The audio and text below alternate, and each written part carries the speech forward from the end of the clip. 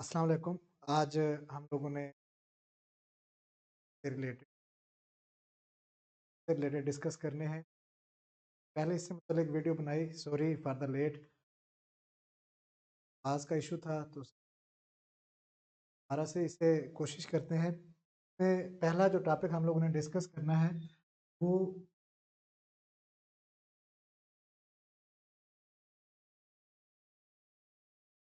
Programming language से related है। अगर आपने कंप्यूटर को कोई भी इंस्ट्रक्शंस देनी हो तो वो इंस्ट्रक्शंस जो है वो हम प्रोग्रामिंग लैंग्वेज के थ्रू कंप्यूटर को दे रहे होते हैं। कंप्यूटर को इंस्ट्रक्शन देने के लिए हमारे पास दो तरह की लैंग्वेज होती हैं। एक हमारे पास लो लेवल लैंग्वेज है और दूसरी जो है हाई लेवल लैंग्वेज। तो याद रखने के लिए ये है कि लो लेवल लैंग्वेज वो लैंग्वेज होती है जिसे कंप्यूटर डायरेक्ट अंडरस्टैंड कर सकता है और ह्यूमन बीइंग जो है इसे डायरेक्ट अंडरस्टैंड नहीं कर सकती। जबकि हाई लेवल लैंग्वेज वो लैंग्वेज होती है, इंग्लिश लाइक लैंग्वेज है, जिसे हम लोग अंडरस्टैंड कर सकते हैं लेकिन कंप्यूटर डायरेक्ट अंडरस्टैंड नहीं कर सकता। तो लो लेवल लैंग्वेज जो है दो कैटेगरी होती हैं। उसमें एक मशीन लैंग्वेज है और एक जो है असेंबली लैंग्वेज है। Machine language the language that is native language of computer. ये नेटिव लैंग्वेज ऑफ कंप्यूटर है।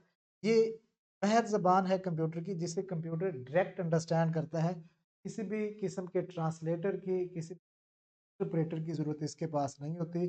मशीन लैंग्वेज के अंदर जितनी भी जो इंस्ट्रक्शंस होती हैं, जितनी भी हिदायत होती हैं वो 0101 की फॉर्म में दी हुई होती हैं। तो कंप्यूटर इन इंस्ट्रक्शंस को डायरेक्ट अंडरस्टैंड करता है। एक एमसीक्यूज इसमें से बनता है, which of the following is native language of computer. तो कंप्यूटर की जो नेटिव लैंग्वेज होती है वो मशीन लैंग्वेज सबसे फास्ट होती है और डायरेक्ट कंप्यूटर इसे अंडरस्टैंड कर रहा होता है। लेकिन चूंकि इसके थ्रू अगर आप कोई भी इंस्ट्रक्शंस कंप्यूटर को देना चाहते हैं तो उन इंस्ट्रक्शंस को देने के लिए हमें कंप्यूटर के डीप हार्डवेयर नॉलेज की ज़रूरत पड़ती है। अगर डीप हार्डवेयर नॉलेज हमें पता है, उसका आर्किटेक्चर स्ट्रक्चर, फिर हम मशीन लैंग्वेज के ज़रिए से इंस्ट्रक्शन दे सकते हैं। दूसरा जो प्रॉब्लम मशीन लैंग्वेज के अंदर आता है वो ये है कि मशीन लैंग्वेज जो प्रॉब्लम इसके अंदर आता है, मशीन लैंग्वेज मशीन के ऊपर डिपेंड कर रही होती है। एप्पल कंप्यूटर हैं, आईबीएम के हैं, डेल के हैं, एचपी के हैं, तमाम की जो मशीन लैंग्वेज है वो डिफरेंट होगी। मशीन लैंग्वेज नेटिव लैंग्वेज होती है और दूसरी जो कैटेगरी है इसके अंदर लो लेवल लैंग्वेज के अंदर वो असेंबली लैंग्वेज है। असेंबली लैंग्वेज वो लैंग्वेज होती है जो कि वन स्टेप हायर होती है। तो ये लो लेवल लैंग्वेज की कैटेगरी के अंदर तो आती है लेकिन कंप्यूटर इसको भी डायरेक्ट अंडरस्टैंड नहीं करता। इसके लिए भी हमें ट्रांसलेटर की ज़रूरत पड़ती है। अगर आपके पास ट्रांसलेटर हो जिसे हम असेंबलर कहते हैं तो हम इंस्ट्रक्शन दे सकते हैं, अदरवाइज नहीं दे। इसके अलावा बहुत सारी लैंग्वेजेस ऐसी बनाई गई हैं जो कि ह्यूमन रीडेबल फॉर्म में है, इंग्लिश लाइक लैंग्वेजेस को हम डायरेक्ट अंडरस्टैंड करते हैं। अगर आपने कोई सॉफ्टवेयर बनाना है, कोई भी इंस्ट्रक्शंस कंप्यूटर को देनी है तो वो इंस्ट्रक्शंस हम डिफरेंट हाई लेवल लैंग्वेजेस के जरिए से कंप्यूटर को दे रहे होते हैं। इसके अंदर बहुत सारी लैंग्वेजेस मौजूद हैं। सी एक लैंग्वेज है, सी प्लस प्लस, जावा, विजुअल बेसिक, पास्कल एक लैंग्वेज है, फॉरट्रान, कोबोल। अगर इनमें से कोई भी लैंग्वेज दी हुई हो तो ये सारी की सारी जो है ये हाई लेवल लैंग्वेज। दो एमसीक्यूज इनमें से पेपर में बार बार पूछे जाते हैं। एक तो ये पूछा जाता है कि सी लैंग्वेज को किसने डेवलप किया। सी लैंग्वेज को डेनिस रिची जो है इन्होंने सी लैंग्वेज को डेवलप किया था। सी लैंग्वेज से पहले लैंग्वेज मौजूद थी जो कि बी लैंग्वेज थी। बी लैंग्वेज के अंदर चेंजेस करके सी लैंग्वेज जो है ये बनाई गई थी। डेनिस रिची ने इसे बनाया था और ये AT and T Bell laboratories के अंदर ये बनाई गई थी। फर्स्ट टाइम 1972 में इसे यूज़ किया गया था। लास्ट टाइम एक पेपर में सवाल जावा से रिलेटेड भी था। जावा को किसने बनाया? जावा को बनाया था जेम्स गोसलिंग ने।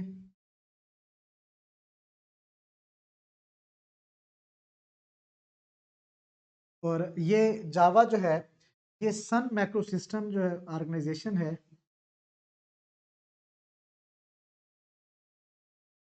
उसमें ये इन्वेंट की गई थी। तो लैंग्वेज के जो पॉसिबल क्वेश्चन बनते हैं वो हम लोगों ने डिस्कस किए हैं। इसके अलावा जो हाई लेवल लैंग्वेज है, अभी जैसे मैंने आपको बताया है कि high level language computer direct understand नहीं करता, उसके लिए डिफरेंट किस्म के ट्रांसलेटर की ज़रूरत हमें पड़ती है।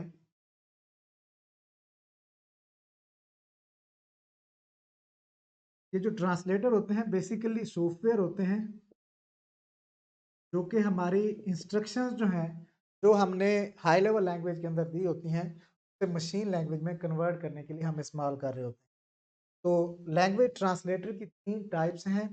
लास्ट टाइम इससे रिलेटेड एक सवाल कंपाइलर से रिलेटेड पेपर में पूछा गया है। और इसके अलावा इंटरप्रेटर होता है, लैंग्वेज ट्रांसलेटर है,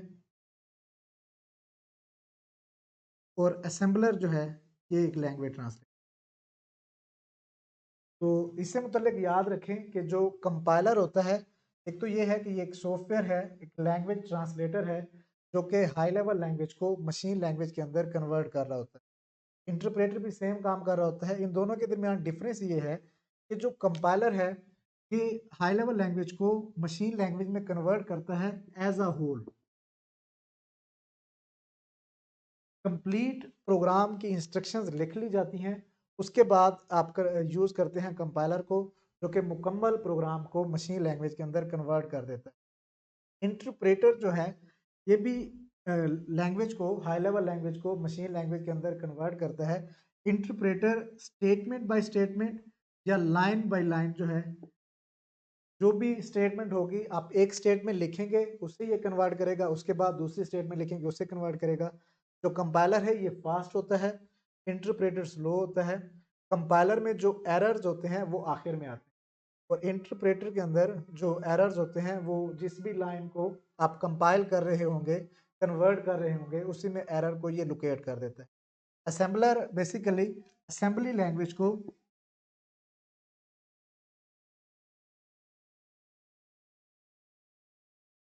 असेंबली लैंग्वेज को कन्वर्ट करता है मशीन लैंग्वेज के अंदर। तो और दूसरा याद रखें कि कंप्यूटर के अंदर अगर आप कोई भी प्रोग्राम लिखते हैं, उस प्रोग्राम लिखने के जो रूल्स होते हैं उन्हें हम सिंटैक्स कहते हैं। ये भी एक एमसीक्यूज आ चुका है पेपर में। Rules for writing a program is called syntax. तो जो शख्स प्रोग्राम लिख रहा होता है उसे हम प्रोग्रामर कहते हैं, और इसके अंदर जो भी एरर्स आते हैं उन्हें सिंटैक्स एरर जो है हम कहते हैं। तो प्रोग्रामिंग लैंग्वेज से रिलेटेड एक और भी हाई लेवल लैंग्वेज है, इससे रिलेटेड सवाल पेपर में बहुत दफ़ा आ चुका है, what is small talk. Small talk basically एक हाई लेवल प्रोग्रामिंग लैंग्वेज है जो कि यूज़ होती है कंप्यूटर को इंस्ट्रक्शंस देने। तो प्रोग्रामिंग लैंग्वेज से रिलेटेड इतनी सी इंफॉर्मेशन आप लोग काफ़ी है। इसके बाद नेक्स्ट टॉपिक हम डिस्कस,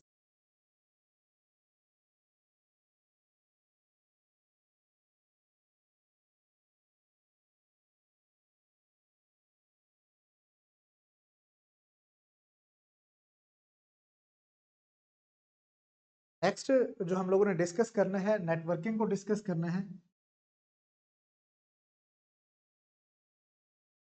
बेसिक नेटवर्किंग में से बहुत सारे सवाल जो हैं पेपर में आते हैं लैन और वैन से रिलेटेड। तो नेटवर्किंग होती क्या है? अगर आप दो या दो से ज़्यादा कंप्यूटर को आपस में जोड़ते हैं और इंफॉर्मेशन शेयर करने के लिए और रिसोर्स शेयर करने के लिए, ये यूज़ होती है इंफॉर्मेशन शेयर करने के लिए और रिसोर्स शेयर करने के लिए आप इसे इस्तेमाल कर रहे होते हैं। रिसोर्स शेयरिंग याद रखना ज़रूरी है क्योंकि नेटवर्किंग सिर्फ डाटा इंफॉर्मेशन को शेयर नहीं करती। डिफरेंट रिसोर्सेज जो कंप्यूटर के होते हैं, जिसमें प्रिंटर हो गया या हार्ड डिस्क जो है, इसे शेयर किया जा सकता है। अक्सर आप लोग बैंक के अंदर जाते हैं, वहाँ पे एक प्रिंटर मौजूद होता है, बाकी तमाम जो लोग होते हैं उसी एक प्रिंटर से प्रिंट ले रहे होते हैं। तो इस तरह से रिसोर्सेज को भी शेयर किया जाता है। नेटवर्किंग की जो टाइप्स होती हैं, दो टाइप्स होती हैं नेटवर्किंग की। इसमें दो तरह के मॉडल बनाए जाते हैं। एक पीर टू पीर नेटवर्क होता है,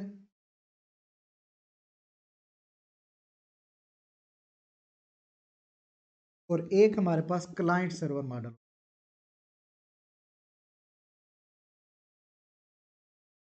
पीर टू पीर नेटवर्क के अंदर जितने भी कंप्यूटर नेटवर्क के अंदर जोड़े जाते हैं, तमाम कंप्यूटर जो है इक्वल होते हैं। कोई सेंट्रलाइज कंप्यूटर मौजूद नहीं होता जो कि उनको ऑर्गेनाइज कर रहा हो। तमाम कंप्यूटर इक्वली इंपॉर्टेंट होते हैं, सारे मिलकर आपस में कोलैबोरेशन कर रहे होते हैं और डाटा को शेयर कर रहे होते हैं, रिसोर्सेज को शेयर कर रहे होते हैं। क्लाइंट सर्वर मॉडल के अंदर एक सेंट्रल कंप्यूटर मौजूद होता है। सेंट्रल कंप्यूटर को हम सर्वर कहते हैं। बाकी सारे कंप्यूटर इस सेंट्रल कंप्यूटर के साथ जुड़े हुए होते हैं।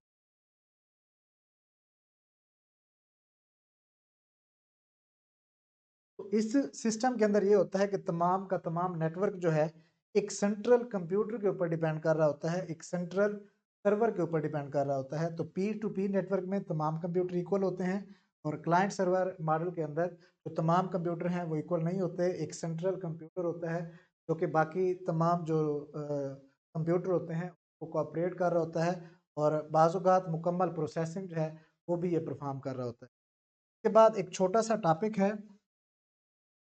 Modes of transmission.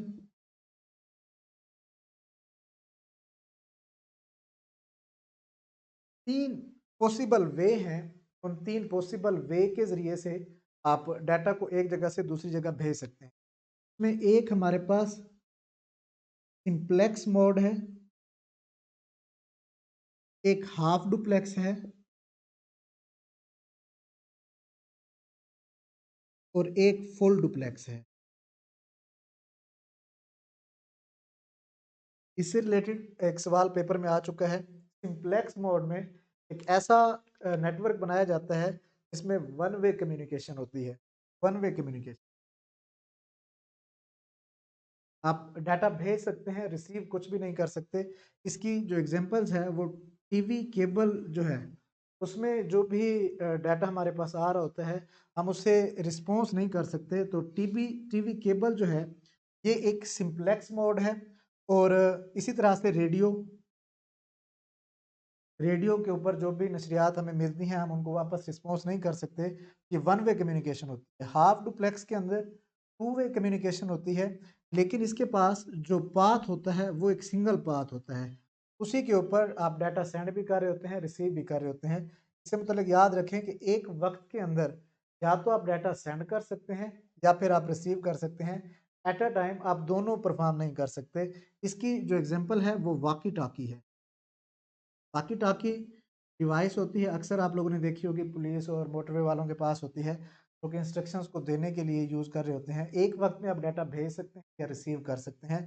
तो इसके पास एक ही पाथ जो है वो मौजूद होता है सेंड और रिसीव करने के लिए। स्लो कम्युनिकेशन इसके अंदर होती है।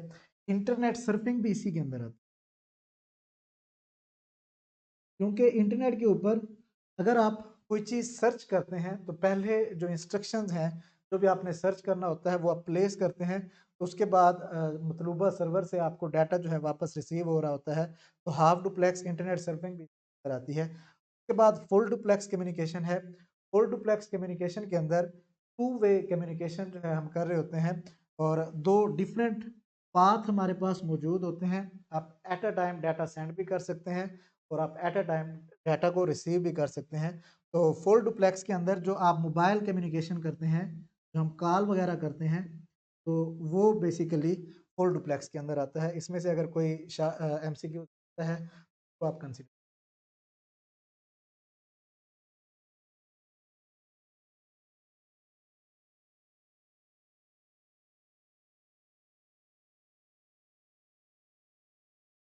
नेक्स्ट एक छोटा सा टॉपिक है टोपोलॉजी से रिलेटेड। हम देख लेते हैं टोपोलॉजी क्या होती है। Physical layout of a network is called topology. Physically computer को आपने किस तरह से आपस में जोड़ा हुआ है उसे हम टोपोलॉजी कहते हैं। इसके डिफरेंट पॉसिबल ऑप्शंस हैं कि आप किस तरह से कंप्यूटर को जोड़ सकते हैं। इसमें जो पहली इसकी टाइप है वो बस टोपोलॉजी है। उसके बाद स्टार, उसके बाद रिंग और उसके बाद टी टोपोलॉजी है। बस टोपोलॉजी के अंदर एक स्ट्रेट वायर मौजूद होती है, एक केबल होती है। बाकी तमाम कंप्यूटर इस स्ट्रेट वायर के साथ जुड़े हुए होते हैं। स्ट्रेट वायर होती है, इस वायर को हम नेटवर्क की बैकबोन, पूरा जो हमारा नेटवर्क होता है इस बैकबोन के ऊपर डिपेंड कर रहा होता है। स्टार टोपोलॉजी है, स्टार टोपोलॉजी में एक सेंट्रल डिवाइस होती है, सेंट्रल डिवाइस को हब कहते हैं, बाकी तमाम कंप्यूटर इस हब के साथ जुड़े हुए होते हैं। पूरा का पूरा नेटवर्क इस हब के ऊपर डिपेंड कर रहा होता है कि अगर हमारी ये हब फेल हो जाती है तो हमारा पूरा नेटवर्क जो है काम करना छोड़ देता है। एमसीक्यूज याद रखें, स्टार टोपोलॉजी के अंदर जो डिवाइस हम इस्तेमाल करते हैं उसे हब कहते हैं। रैंक टोपोलॉजी के अंदर तमाम कंप्यूटर एक रैंक की फॉर्म में जो है एक दूसरे के साथ जुड़े हुए होते हैं। और ट्री टोपोलॉजी, इससे मुतल्लिक जो इन्फॉर्मेशन याद रखनी है, ये बेसिकली कम्बिनेशन होती है बस का और स्टार का। इसमें भी एक स्टेट बैकबोन केबल होती है जस्ट लाइक अ बस टोपोलॉजी, और बाकी जितने भी कंप्यूटर होते हैं इसके साथ स्टार की फॉर्म में जुड़े हुए होते हैं। साथ में एक हब होती है, बाकी कंप्यूटर इस हब के साथ जोड़ दी।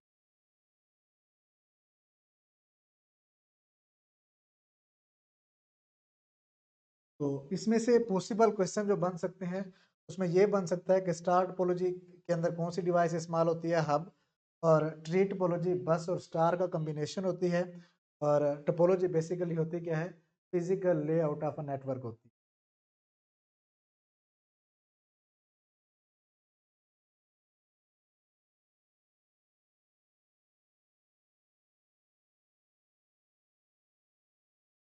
नेक्स्ट हम लोगों ने डिस्कस करना है टाइप्स ऑफ नेटवर्क।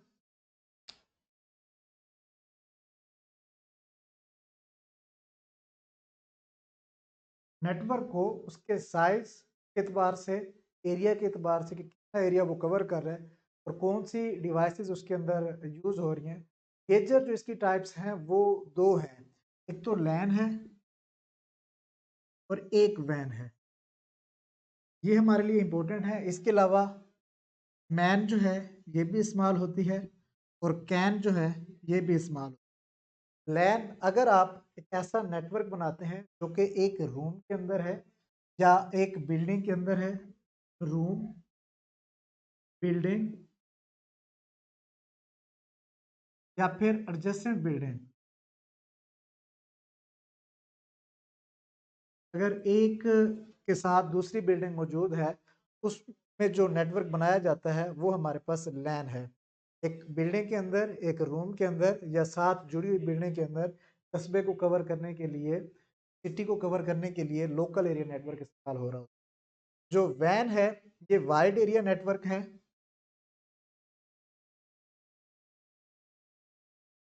अगर आप दो सिटीज को आपस में जोड़ते हैं, दो कंट्रीज को आपस में जोड़ते हैं, उस वक्त जो नेटवर्क की टाइप इस्तेमाल होती है वो वैन इस्तेमाल हो रही होती है, वाइड एरिया नेटवर्क इस्तेमाल हो रही होती है दो सिटीज को, दो कंट्रीज को आपस में जोड़ने के लिए। बहुत फेमस एमसीक्यूज है इससे रिलेटेड कि इंटरनेट क्या है। इंटरनेट, इंटरनेट चूंकि पूरी दुनिया को आपस में जोड़े हुए है, इंटरनेट बेसिकली एक वैन है, वाइड एरिया नेटवर्क। तो मेजर टाइप्स तो इसकी यही दो हैं, लैन और वैन। के अलावा मैन है मेट्रोपॉलिटन एरिया नेटवर्क, एक सिटी का जो नेटवर्क होता है उसे जोड़ने के लिए आप मेट्रोपॉलिटन एरिया नेटवर्क इस्तेमाल करते हैं। कैन जो है ये कैंपस एरिया नेटवर्क है, जैसे अगर आप एक यूनिवर्सिटी के डिफरेंट कैंपस को आपस में जोड़ रहे हैं उसके लिए कैंपस एरिया नेटवर्क इस्तेमाल किया जाता है। जो वैन होती है ये बेसिकली दो या दो से ज़्यादा लैन को आपस में जोड़ के बनाई जाती है, वाइड एरिया नेटवर्क बनाया जाता है। तो एक बात इससे एडिशनली आप याद रखें कि लैन के अंदर जो टेक्नोलॉजी हम इस्तेमाल करते हैं, डिफरेंट कंप्यूटर को आपस में जोड़ते हैं, तो वहाँ पे हम स्विचेस का इस्तेमाल,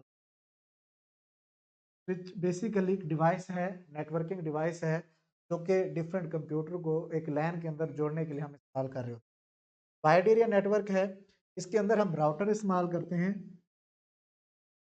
और क्योंकि लैन और वैन मिलकर जो है, लैन दो लैन मिलकर वैन बना रहे होते हैं तो इसमें स्विचेस भी होंगे और राउटर भी होंगे। तो राउटर बेसिकली क्या काम करते हैं, दो डिफरेंट लैन को आपस में जोड़ने के लिए राउटर की डिवाइस जो है ये हम इस्तेमाल कर रहे हैं।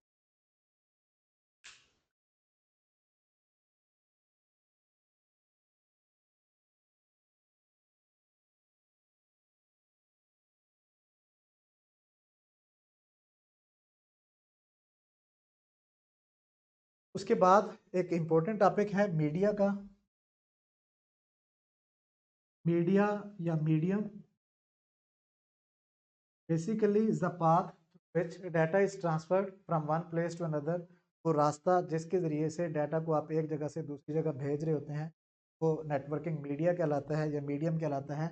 इसमें हमारे पास दो तरह के मीडियम जो हैं वो मौजूद हैं। एक हमारे पास गाइडेड मीडिया है और एक अनगाइडेड मीडिया।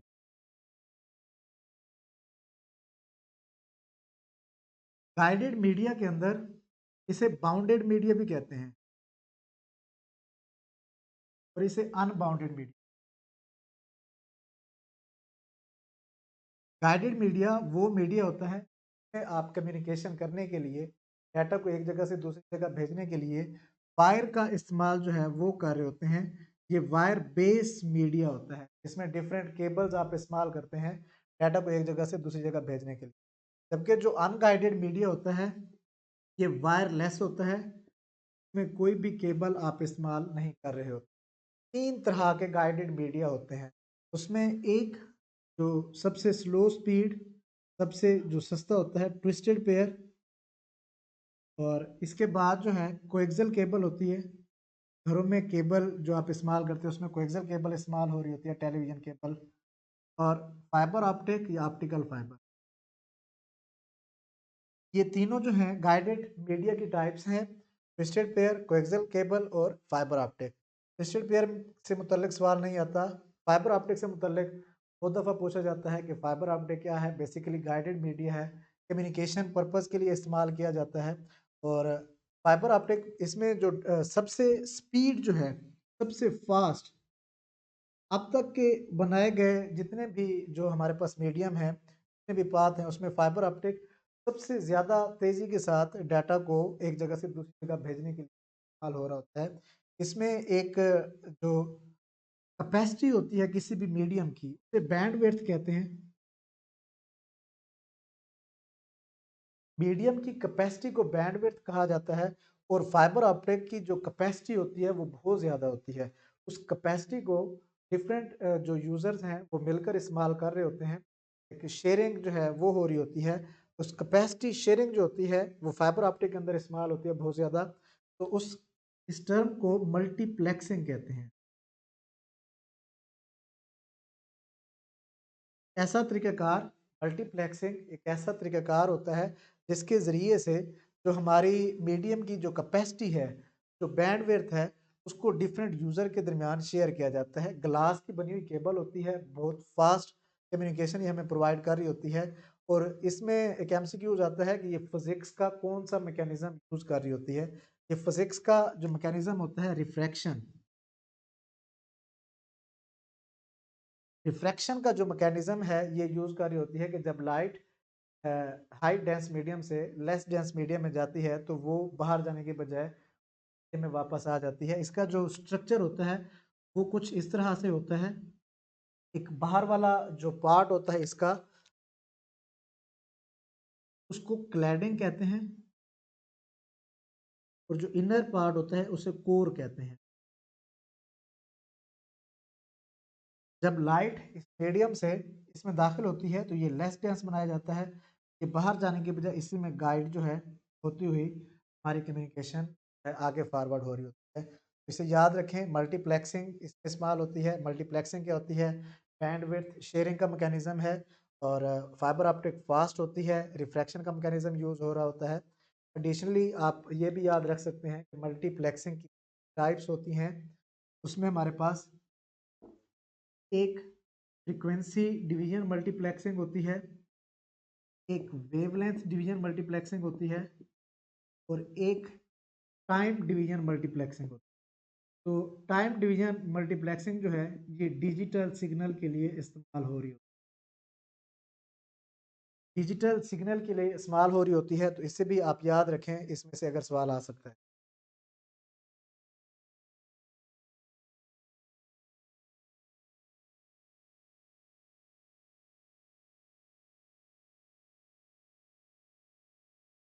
के बाद एक छोटा सा टॉपिक है मोडेम से रिलेटेड।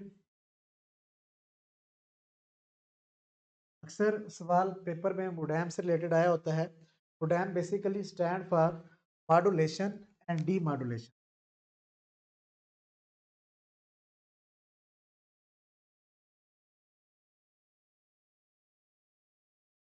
मॉड्यूलेशन या डी मॉड्यूलेशन, इस पर इसे मॉड्यूलेटर या डी मॉड्यूलेटर यूज कहते हैं।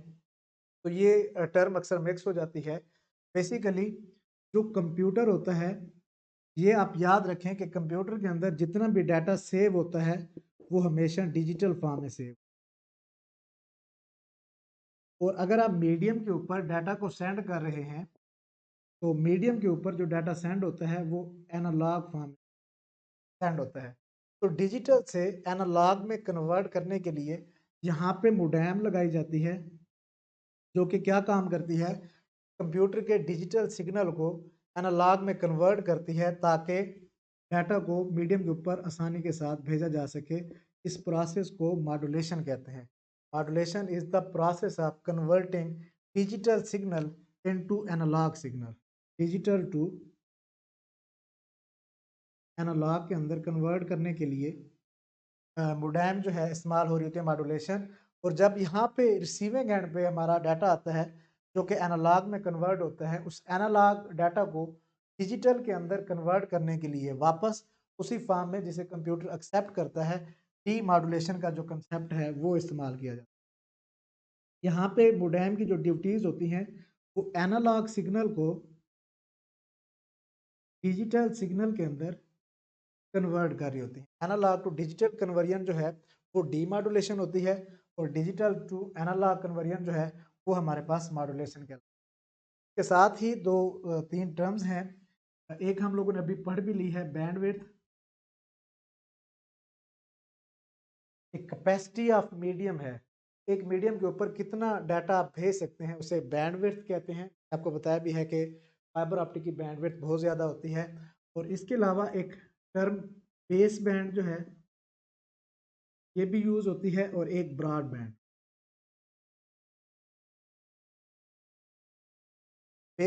बेस बैंड जो होती है एक ऐसा तरीकाकार है, एक ऐसा मैकेनिज्म है जिसमें डिजिटल सिग्नल को एनालॉग सिग्नल में कन्वर्ट किए बगैर डायरेक्ट आप मीडियम के ऊपर प्लेस कर रहे हैं, वो हमारे पास बेस बैंड कहलाता है, sending without changing it's form. उसके बाद ब्रॉड बैंड है कि अगर आप कोई भी डाटा बहुत सारे लोगों को एक ही वक्त के अंदर सेंड कर देते हैं तो वो हमारे पास ब्रॉड बैंड कहलाता है, जिसमें आप एक ही वक्त के अंदर जैसे लाइव जा रहे होते हैं, बहुत सारे लोग आपको देख रहे होते हैं, जैसे ब्रॉडबैंड या फिर ब्रॉडकास्टिंग भी आप कह सकते हैं, जिसमें आप एक वक्त में बहुत सारे लोगों को डाटा फॉरवर्ड कर।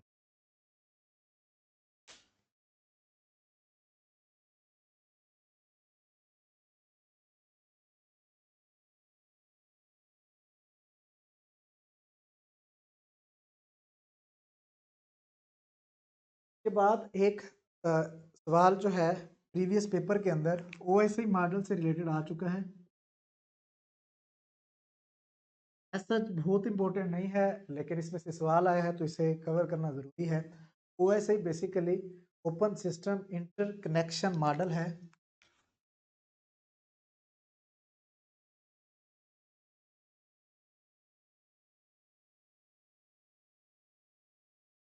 ओपन सिस्टम इंटरकनेक्शन मॉडल ये बेसिकली हमें गाइडलाइन प्रोवाइड करता है कि अगर आप एक नया नेटवर्क बना रहे हैं तो उसको किस तरह से बना सकते हैं, या फिर ऑलरेडी मौजूद नेटवर्क है वो किस तरह से वर्कआउट कर रहा होता है। इसकी टोटल 7 लेयर्स जो हैं वो होती हैं, जो कि डिफरेंट फंक्शनैलिटी प्रोवाइड कर रही होती हैं। इसमें से जो इम्पोर्टेंट लेयर्स हैं उनकी फंक्शनैलिटी और तमाम 7 लेयर्स के नाम जो हैं ये मैं आप लोगों को बता देता हूँ। तो याद रखना है तो तरतीब के साथ याद रखें।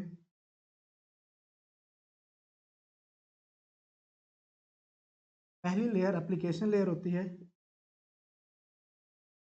Presentation, session,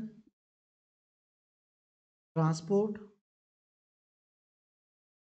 network, data link और फिजिकल लेयर। तो इससे मुतल्लिक थोड़ी बहुत इन्फॉर्मेशन, एक तो सबसे पहले फिजिकल लेयर देखें। अगर कोई भी नेटवर्क की बात करें, अगर आपने नेटवर्क बनाना हो, उसके अंदर आप क्या देखेंगे कि उसकी आपने मोड जो हमने पीछे पढ़ा है वो आप क्या रखेंगे, डाटा रेट आप क्या रखेंगे, स्पीड आपकी क्या होगी, कैपेसिटी किस तरह का, मीडियम आप कौन सा इस्तेमाल करेंगे, वायर बेस या वायरलेस, फिजिकल लेयर के ऊपर डिसाइड। इसके अलावा डाटा लिंक लेयर है। डाटा लिंक लेयर जो है, जो हमारे पास डाटा होता है वो सारा 0101 के फॉर्म में होता है। उसके पैक फ्रेम जो है, छोटे छोटे पैकेट्स जो है, डाटा लिंक लेयर फ्रेमिंग करती है, फ्रेम बनाती है, और फ्लो कंट्रोल और एरर कंट्रोल का मैकेनिज्म जो है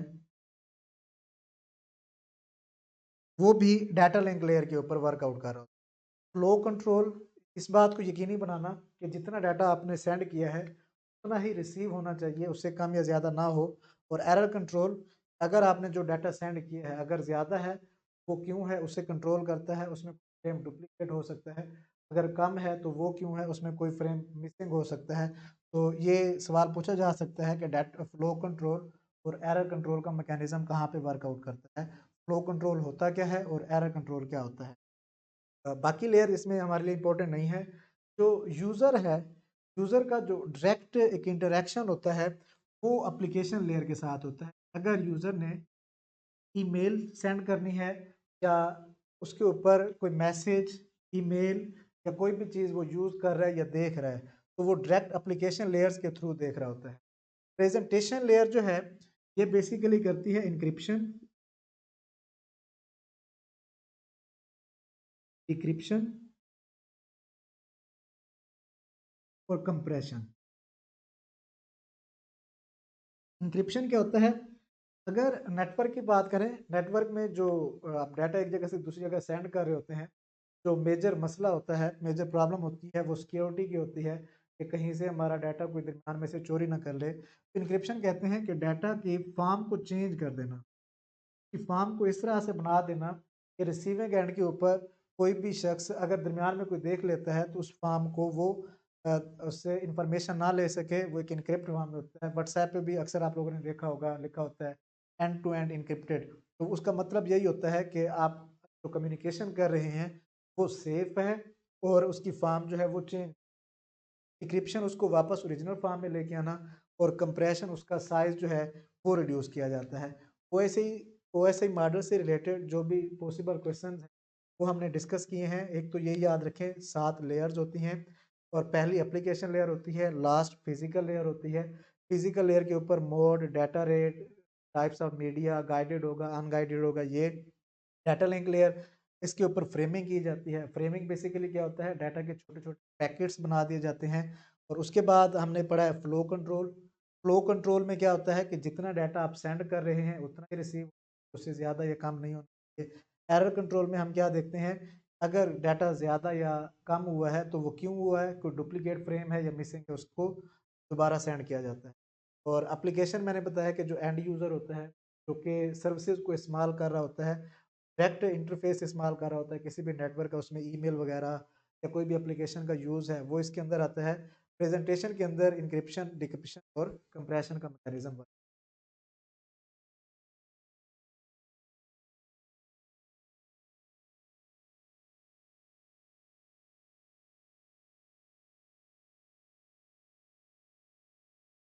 ये कुछ टर्म्स हम लोगों ने डिस्कस की हैं, इनको आप लोग जो है समझने की कोशिश करें। अगर इसमें कोई सवाल है से रिलेटेड जो है हमें और मज़ीद हम इसके ऊपर काम कर रहे हैं। नेक्स्ट लेक्चर में हम कोशिश करेंगे तो बाकी जितने भी टर्म्स हैं इंटरनेट से रिलेटेड हैं कवर किया जा सके। और बाकी अगर कोई भी टर्म्स पेपर के हवाले से अहम हैं उनको हम डिस्कस करें। बाकी जो भी प्लान है इससे रिलेटेड सर ने एक वीडियो बना दी है, बताया हुआ है कि एमएस ऑफिस को आप किस तरह से कवर कर सकते हैं। सब इंस्पेक्टर के जो स्टूडेंट हैं ख़ास तौर पर वो लोग ये डाटा भी कंसिडर करें, बस ऑफिस से रिलेटेड वो इन्फॉर्मेशन देखें। सर के नोट्स भी मौजूद हैं। कोशिश करेंगे कि पेपर से पहले इसके ऊपर जो है आप लोगों को मज़ीद वीडियो को प्रोवाइड करें। बाकी आप लोगों के लिए बेस्ट ऑफ लक।